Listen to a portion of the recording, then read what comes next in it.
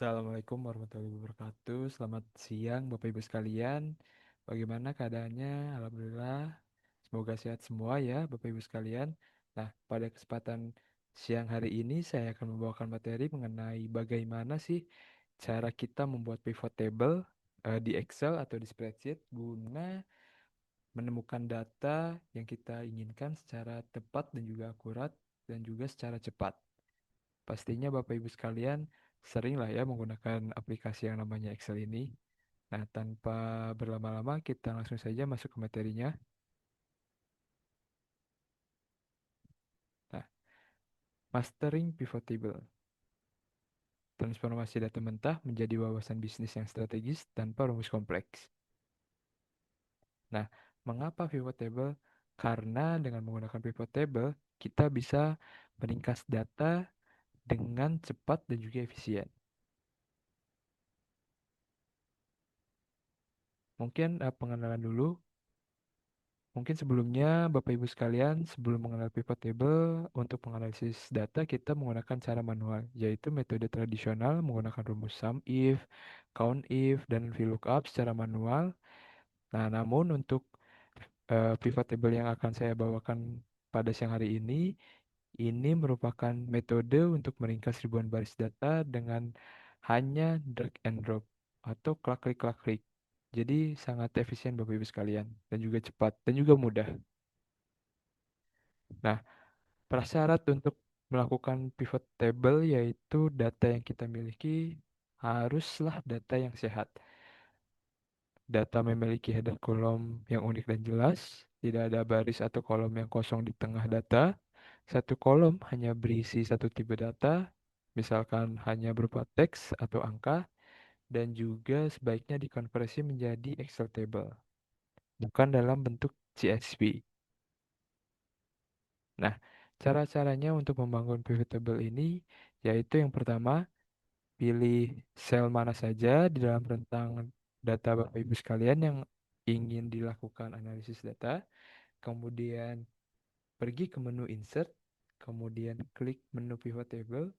Nah, kemudian tentukan lokasi untuk di mana pivot table ini akan disimpan. Apakah di worksheet yang baru atau di worksheet saat ini.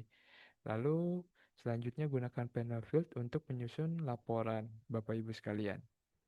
Nah, pivot table tidak mengubah data asli, hanya cara kita memandang data itu diubah atau paradigmanya diubah menggunakan pivot table ini supaya lebih mudah dalam menganalisis data. Nah, ada 4 kuadran utama dalam menggunakan pivot table ini, yaitu ada filter untuk menyaring data, kemudian kolom untuk menampilkan data secara horizontal di bagian atas table, kemudian rows untuk menampilkan kategori data secara vertikal di sisi kiri table, dan juga values. Ya, ini nih, ini poin utama dalam penggunaan pivot table. Di sini kita bisa mencari data atau nilai yang kita inginkan seperti sum, count, atau rata-rata yang menjadi inti analisis kita.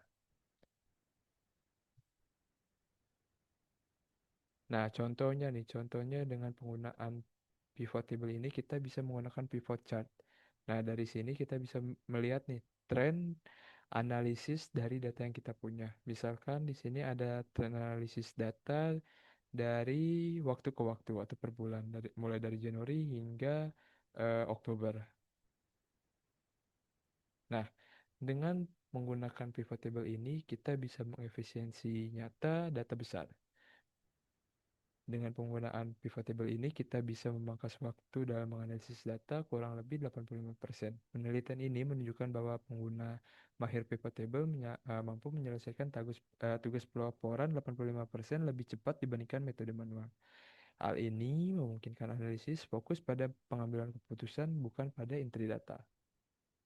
Nah, selain itu, ada beberapa fitur canggih yang dimiliki dari pivot table sendiri, yaitu yang pertama slicer dan juga timelines.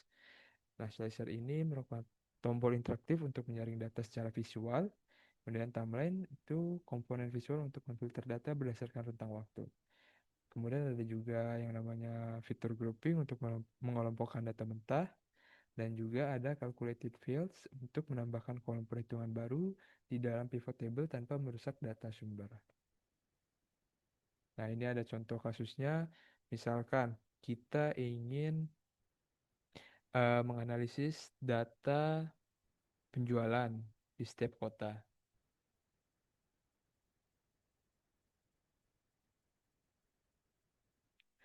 Nah, dengan menggunakan pivot table, kita bisa meringkas pekerjaan kita hanya menjadi 5 menit dibandingkan menggunakan rumus tradisional yang kita harus lakukan. Misal kita memilih beberapa sel dengan kategori yang sama, kemudian melakukan sum atau penambahan dari setiap selnya. Nah, itu justru akan memakan waktu yang sangat lama.